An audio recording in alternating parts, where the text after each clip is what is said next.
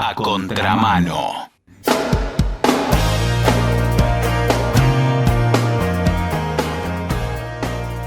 Hace poco leí una frase de Stephen Hawking, que de hecho no sé siquiera si es de él, pero es muy buena, ya que el enemigo del conocimiento no es la ignorancia, sino la ilusión de conocimiento. Hoy eso abunda y no hay nada más peligroso y manipulable que una persona que cree saber. Eso lo agrego yo por conocimientos particulares que la vida me llevó a obtener. Tenemos una posibilidad que nadie tiene y la queremos compartir, que es hablar con un amigo de la casa que sabe un montón de verdad sobre el tema que nosotros intuimos y queremos preguntarle cuál es la función que hoy tiene la estadística como una especie de reemplazo de la ciencia. Vamos a ver si es realmente un buen reemplazo o nada que ver. Por eso estamos hablando con Eduardo Glavich. Él es graduado de Filosofía de la UBA, tiene estudios de posgrado en Ciencia y Tecnología también de la UBA, docente, investigador en Filosofía y Letras, en Ciencias Sociales y en el CBC también de la UBA. Encima tiene estudios parciales en Física, en Ingeniería, un animal. Un animal del conocimiento. Bueno, él nos va a aclarar estas dudas. ¿Cómo te va, Eduardo? Simón te saluda. ¿Qué tal? ¿Cómo estás? ¿Bien? Muchas gracias por atendernos como siempre, querido Eduardo. A ver, el tema gordo, siempre te llamamos por cosas, bueno, evidentemente te encantan, pero son bien gordas. ¿Es un buen reemplazo la estadística de la ciencia? ¿Cumplen las mismas funciones? ¿Cómo es el tema? Bueno, como hemos charlado ya en varias oportunidades anteriormente, en primer lugar habría que poner entre paréntesis o en tensión, en duda, esto de que ahora, ¿no? La estadística o lo probabilístico reemplaza a lo más determinístico, a lo más, si se quiere, exacto, por llamarlo con una palabra que se suele utilizar en el sentido común. Siempre las explicaciones de tipo probabilístico, estadístico estuvieron presentes, más allá de la forma que hayan adoptado tanto científica como epistemológicamente.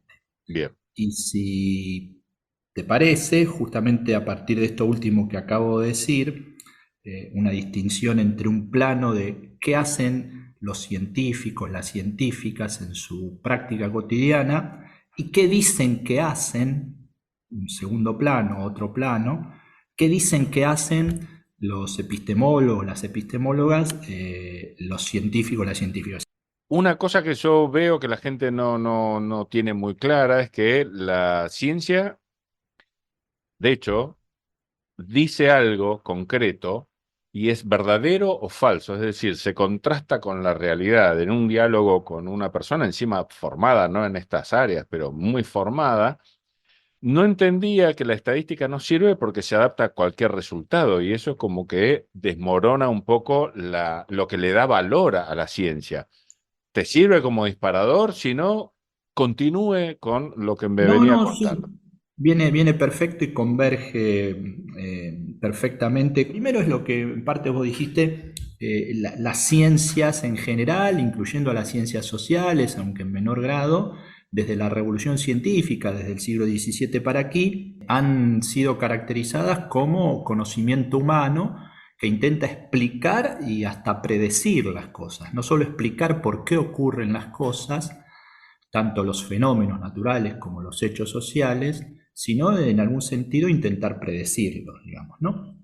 Si bien hay más tipos de explicación, suele decirse que hay como dos esquemas de explicación científica propia de los últimos 400 años de las ciencias, o si se quiere, inclusive mucho más en los últimos 150, 200 años, que es la explicación que se suele llamar nomológico-deductiva. Esta primera propuesta de explicación, insisto, desde el plano epistemológico, metodológico, de lo que harían en principio los científicos, las científicas, es tratar de explicar hechos, irregularidades, a partir de unas premisas que son leyes generales, digamos, ¿no? Después voy a dar un par de ejemplos al respecto. Entonces habría leyes generales como premisas, habría luego enunciados singulares, condiciones iniciales, donde se darían esas leyes, Y justamente como este tipo de explicación es explicación nomológica, o sea, se sostienen leyes como puntos de partida, y deductiva, es decir, que se pretende que lo que se quiere explicar se deduzca de estas leyes, entonces aparece un enunciado que describe el hecho o fenómeno que se quiere explicar como deducido de esas leyes y de esas condiciones iniciales. Esto significa que si esas leyes universales, regularidades universales, son verdaderas y esas condiciones iniciales como premisas también son verdaderas y se deduce correctamente, por eso se llama nomológico deductivo, el hecho que se explica, que se deduce, justamente también va a ser verdadero. Y de esa manera se puede explicar por qué ocurre tal cosa, por qué es verdadera tal cosa a partir de leyes generales y de enunciados iniciales o condiciones iniciales. Los científicos, las científicas no necesariamente hacen lo que dicen estos esquemas que los epistemólogos le proponen a los científicos. El esquema general que acabo de presentar como nomológico deductivo se explica a partir de un explanans, donde hay leyes universales, ley 1, ley 2, ley n, condiciones iniciales, la condición inicial 1, condición inicial 2, y que como se dijo, si son verdaderas estas leyes universales y estas condiciones iniciales, como la propuesta explicativa es nomológica deductiva, nomológica porque se sostienen estas leyes y deductiva es porque lo que se llama el explanandum, lo que se quiere explicar, se deduce del explanans. Si lo que son las premisas del explanans son verdaderas, entonces la conclusión, el explanandum, también es verdadero. A esto se le llama explicar un hecho, una regularidad, a partir de un razonamiento deductivo con premisas, leyes universales y también premisas o enunciados singulares, condiciones iniciales, de las cuales se deduce el hecho como enunciado que quiero explicar. Después, cuando dé un ejemplo, esto se va a mostrar claramente cómo este esquema se corresponde con algunas explicaciones de la vida cotidiana, pero que provienen del conocimiento científico. Este sería un primer esquema para explicar y predecir cuestiones en términos de la ciencia. Poneme onda, que me faltan todos los matices que vos tenés. O sea, enuncio la ley de gravedad, el hecho sería que se cayó un vecino y el explanandum sería que se confirma esa ley, ¿verdad? Sí, podemos, si querés, a esta altura dar los ejemplos para no demorarlos Dale. más y que se entienda un poco más. O sea, no son ejemplos que yo haya inventado, los tomo de un famoso texto de un autor muy conocido, Ernest Nagel, que se llama La estructura de la ciencia. Da dos ejemplos de esta estructura explicativa nomológico-deductiva. El primer ejemplo que tomo de la estructura de la ciencia, este libro conocidísimo de Ernest Nagel, se pregunta, ¿por qué ayer, cuando se llenó el vaso de agua helada, su parte exterior se cubrió de humedad? Eso es algo que vemos cotidianamente, ¿no?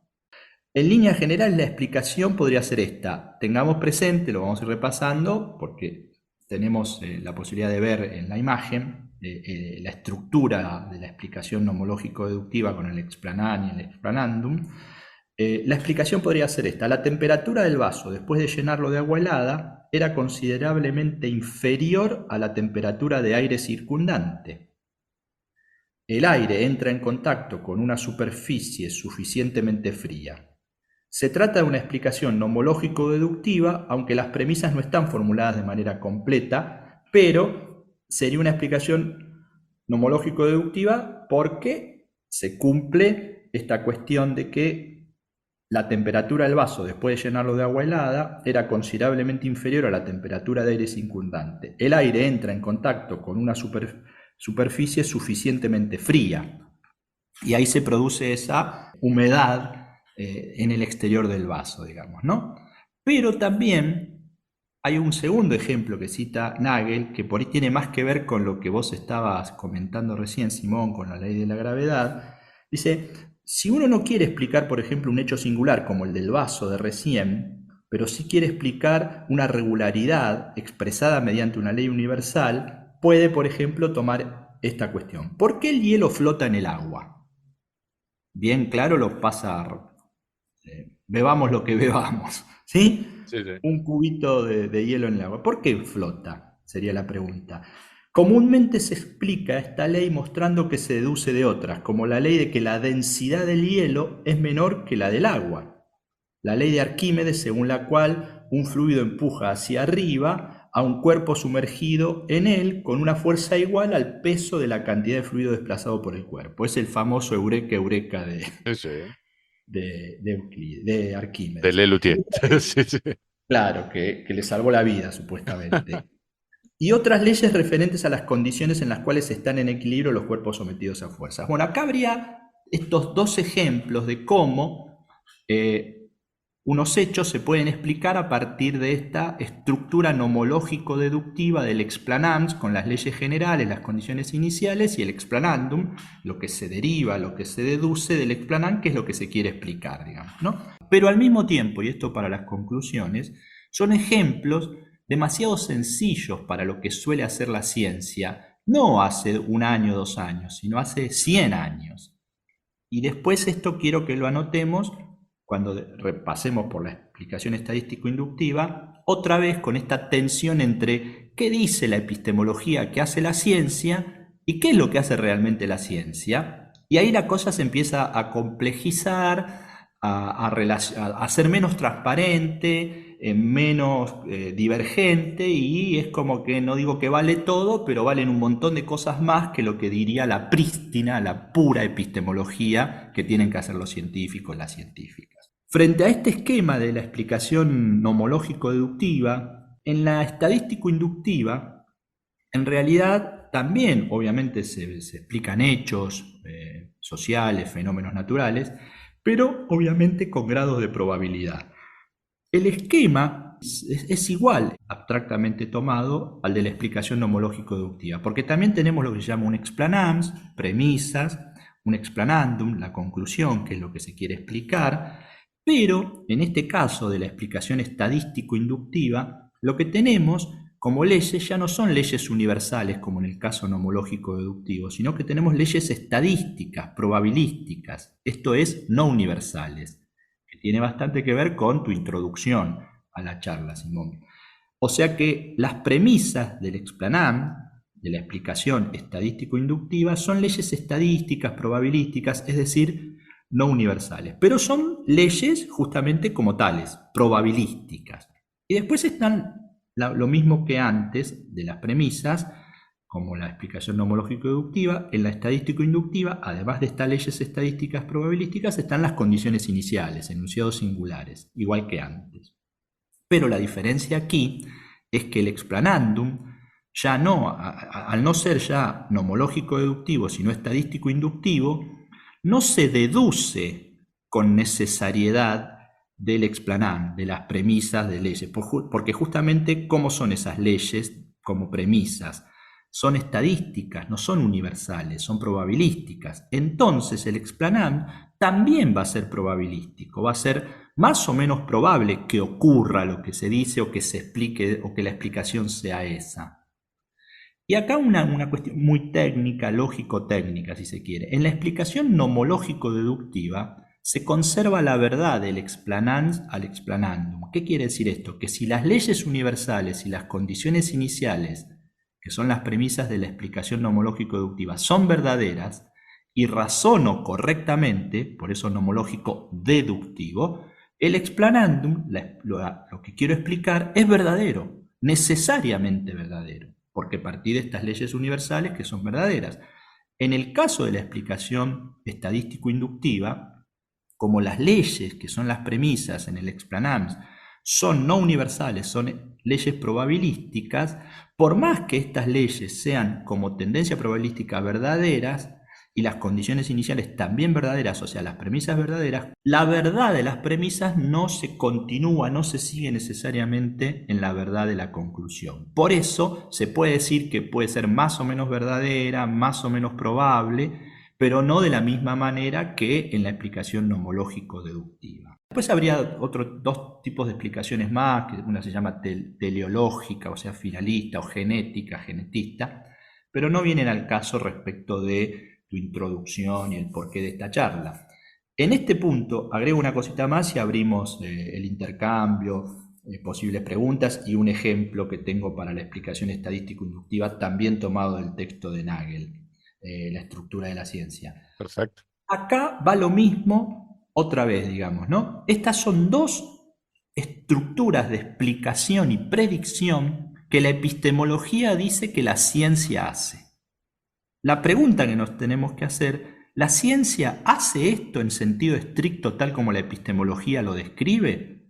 ¿Hay explicaciones nomológico-deductivas puras y explicaciones estadístico-inductivas puras? ¿Hay otro tipo de explicación? ¿Hacen lo que pueden los científicos? Pero estas son preguntas que abro para ver en el ida y vuelta contigo cómo las vamos exponiendo. Brillante. ¿Sabés lo que pasa normalmente en la calle, en las charlas entre legos, que son es el último campo de batalla donde se dirimen las cuestiones, ¿no? ¿Sí? Que se razona de manera floja, yo le saco todo matiz porque sé que vos los vas a agregar, se razona de manera muy floja, pero después se baja la conclusión como si fuera el fruto del más poderoso razonamiento. Eso es lo que suele pasar.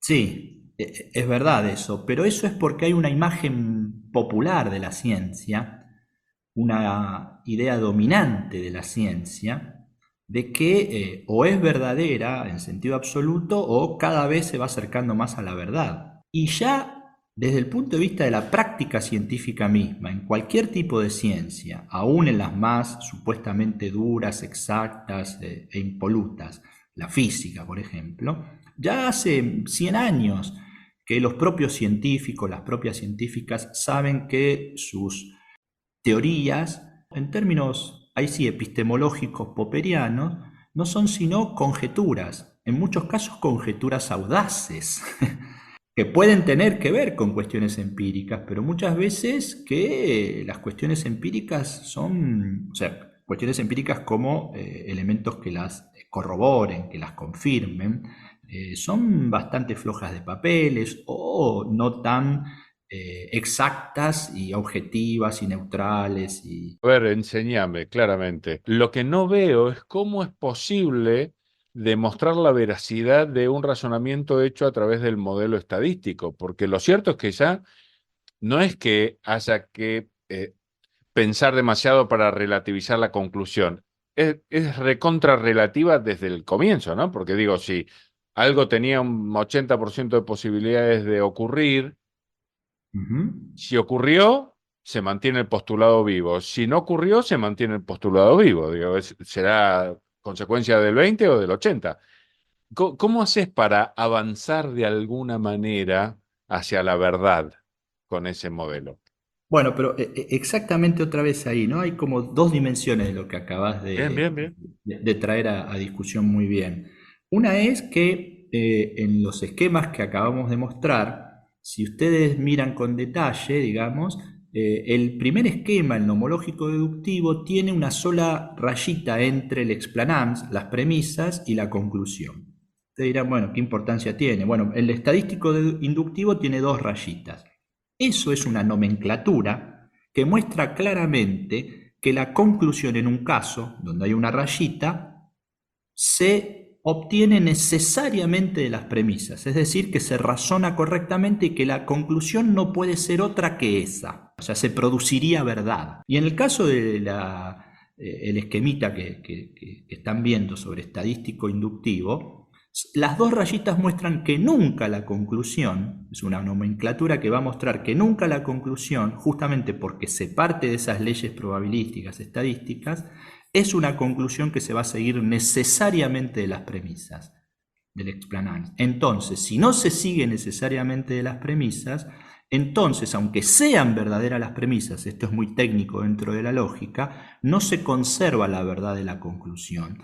Uno tendería a creer como conclusión de lo que acabo de decir que la explicación nomológico-deductiva entonces sí permite llegar a verdades, y a verdades que una vez llegadas supuestamente no cambian. Bueno, primero, los científicos, las científicas no hacen nunca ninguna de estas dos cosas en sentido estricto. O sea, trabajan, proponen, prueban y después le dan una estructura lógico-empírica a su propuesta, digamos, ¿no? Y eso hace una gran diferencia entre, insisto, lo que dice la epistemología que la ciencia hace y lo que realmente la ciencia hace. Eso siempre hay que tenerlo en cuenta.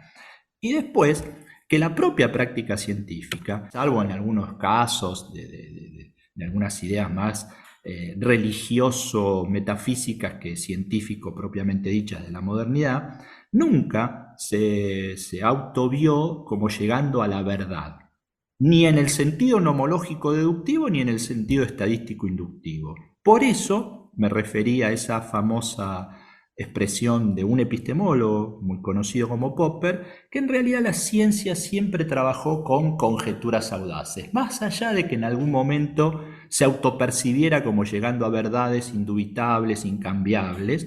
No es lo que ha ocurrido en la historia de la ciencia, no es lo que ocurre en la práctica cotidiana de los científicos y tampoco es lo que ocurre hoy en día en los debates epistemológicos, que por suerte ya han superado esta imagen tradicional de la ciencia, este positivismo un tanto ramplón, Y del decime, cual... Eduardo, enseñame y refrescame, más enseñar que refrescar. Sí, Ahora, el modelo estadístico ni siquiera intenta explicar, lo que te dice es que en determinadas circunstancias va a suceder, hay tantas posibilidades de que suceda tal cosa, pero no te dice por qué. fíjate, justamente ahí va a radicar la similitud también con lo nomológico deductivo.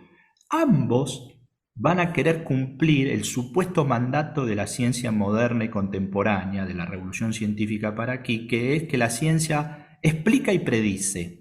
El tema es con qué grado explica y con qué grado predice. Supuestamente, si uno toma el nomológico deductivo, explica y predice con grado deductivo y exacto. Y si toma el estadístico inductivo, explica y predice con grados de probabilidad. Lo que la práctica científica hace cotidianamente, en los dos casos, y por eso el nomológico deductivo parece más irreal todavía respecto de la práctica científica concreta, en general plantea esas conjeturas audaces que pueden ser más o menos corroboradas y que mientras no sean refutadas por ahora sirven. Por ahora se utilizan, por ahora son paradigmas dominantes y por ahora inclusive sirven para la vida cotidiana.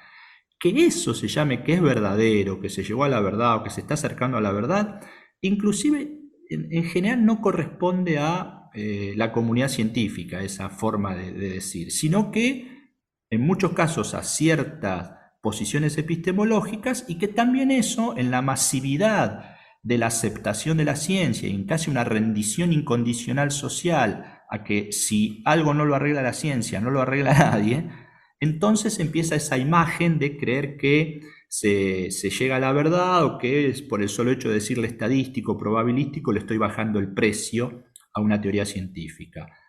Eso no, insisto como al comienzo, no ocurre hace 5 años, 10 años, viene ocurriendo desde hace 200 años que la ciencia de alguna manera es autoconsciente de que sus propuestas teóricas son conjeturas más o menos audaces, más o menos corroboradas en la realidad y que necesitan seguir trabajando y que en algún momento quizás puedan ser refutadas en términos popperianos. Eso independientemente si yo la reconstruyo nomológico-deductivamente a la teoría para explicar y predecir o la reconstruyo estadístico-inductivamente. Mira, El ejemplo de la estructura estadístico-inductiva como explicación, que también da este autor que vine citando, Ernest Nagel, en su libro La estructura de la ciencia, como verás también es, entre comillas, bastante tonto, sencillo como los otros dos de la explicación nomológico-deductiva, lo cual para mí sigue reforzando esta idea de una separación, un hiato, un salto entre lo que hacen los científicos y lo que dicen los epistemólogos que hacen los científicos.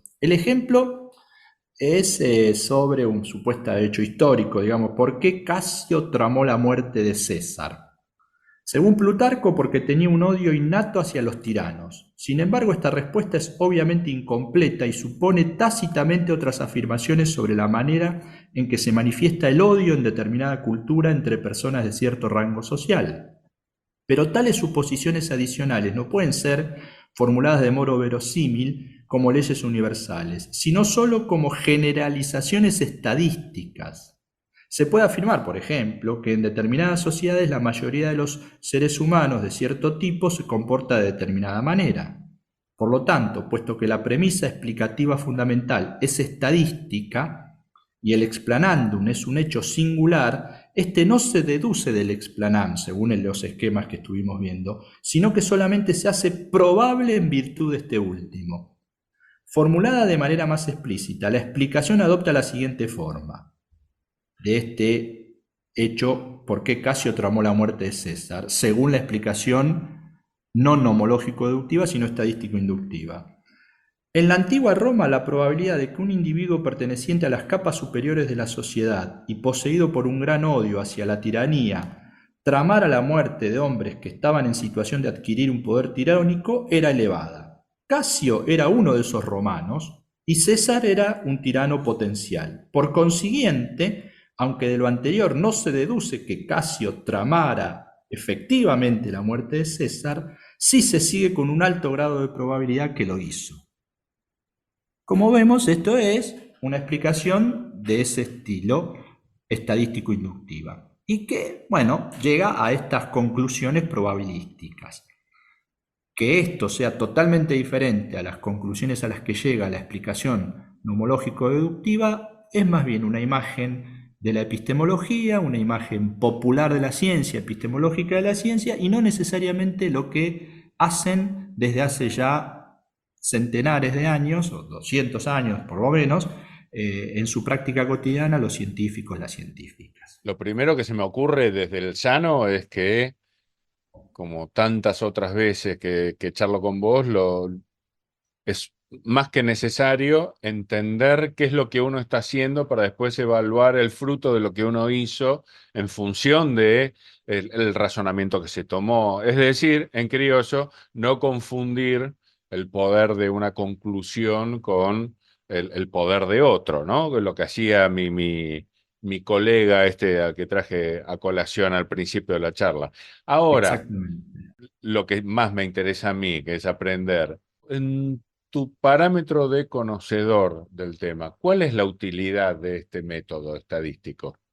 No le estoy encontrando mucha, pero lo cierto es que no importa mucho mi opinión, me interesa la tuya.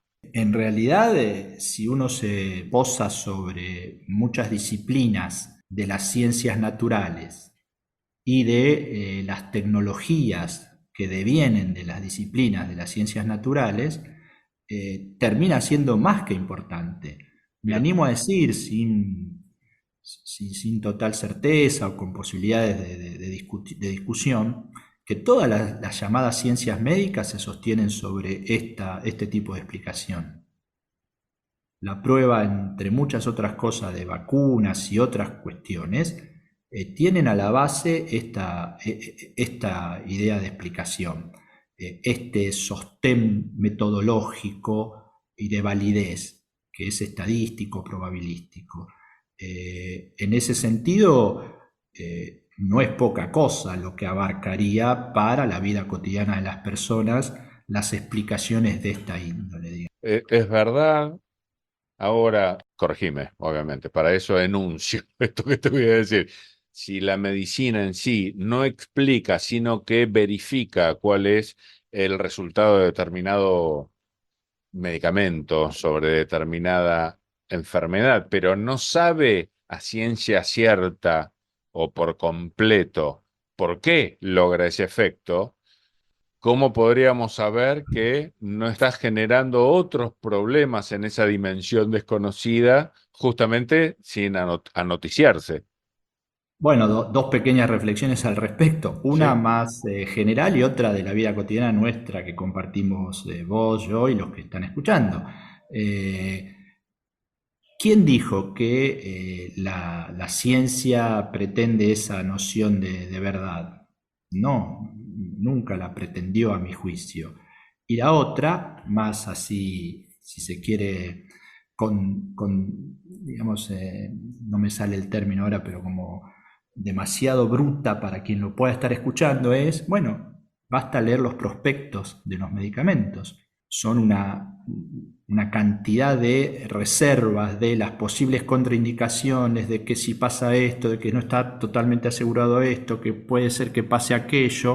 O sea, si uno lee el prospecto de los medicamentos y de las cosas, no las tomaría. Es interesantísimo charlar con vos, me encanta. Primera cosa que se me ocurre es que la ciencia es muy probable que no pretenda enunciar verdades, pero los laboratorios creo que sí. Y después la forma en la que son consumidos por la plebe, dicho con todo cariño y respeto, por los rasos, a través de frases de gente no científica, sino como de traductores que, como vos bien sabés, pierden los matices por completo en el medio de sus arengas, tanto como se hacen esas arengas como son consumidas, es todo un gran peligro. Pero bueno, está bien lo que decís. Bueno, pero eso nos daría para otra charla. ¿Quién dijo que la ciencia solo tiene que ver con la verdad, lo deductivo y eso? Nos estamos olvidando el papel que ocupa en el negocio y Sí, para sí. el negocio y para el negocio. O sea que muchas de esas cosas que se suelen decir como imagen popular o de los laboratorios o lo que sea, tienen intereses no necesariamente por la verdad y el amor a la humanidad, ¿no? Sí, sí, no, totalmente, totalmente. Y aparte de esto que vos decís del prospecto es real y he entrevistado a mucha gente eh, disidente en algún aspecto sobre la manera en la que se estaba manejando la medicina y se quejaba de que la gente no lee los prospectos, por ejemplo. Algo tan simple como eso. Pero bueno, es interesantísimo. Desde tu lado es interesantísimo lo que decís, como siempre, ni hablar. Bueno, muchas gracias. ¿Y otra ciencia que se apoye tanto en lo estadístico y sea valiosa, en tu opinión? Bueno, grandes partes de la física se sostienen eso, digamos. No solo lo que más recientemente se suele llamar o se da en la mecánica cuántica, en muchos aspectos, los procesos llamados estocásticos y eso, en la física no hay ninguna duda. Después en organizaciones territoriales, ya en aplicaciones, si se quieren, sociogeográficas del territorio, el transporte, en muchos aspectos, en lo meteorológico, por ejemplo, sin ir más lejos, está sostenida sobre cuestiones probabilísticas, estadísticas, lo sabemos bien eso, digamos. O sea, por eso yo decía antes que no es ni reciente ni menor el papel de la reconstrucción y la propuesta estadística de la legalidad del mundo natural o social que proponen las prácticas científicas, ¿no? Interesantísimo. ¿Querés cerrar con algo? ¿Pasar tu mail como normalmente lo No, haces? bueno, eglavich@filo.uva.ar. Brillante. Por ahí, a partir de algunas opiniones que surjan de quienes escuchen esta charla, podemos hacer una nueva en un futuro cercano, digamos, ¿no? Perfecto. Será un gran placer. Un placer para mí también, ¿eh? Un Saludos gran a todos. abrazo, querido. Sí, rápido. ¿Cuánto es 2 más 2? 5. ¡Ay, Dios! ¿Cómo 5? ¿Qué preferís? ¿Velocidad o precisión? A contramano.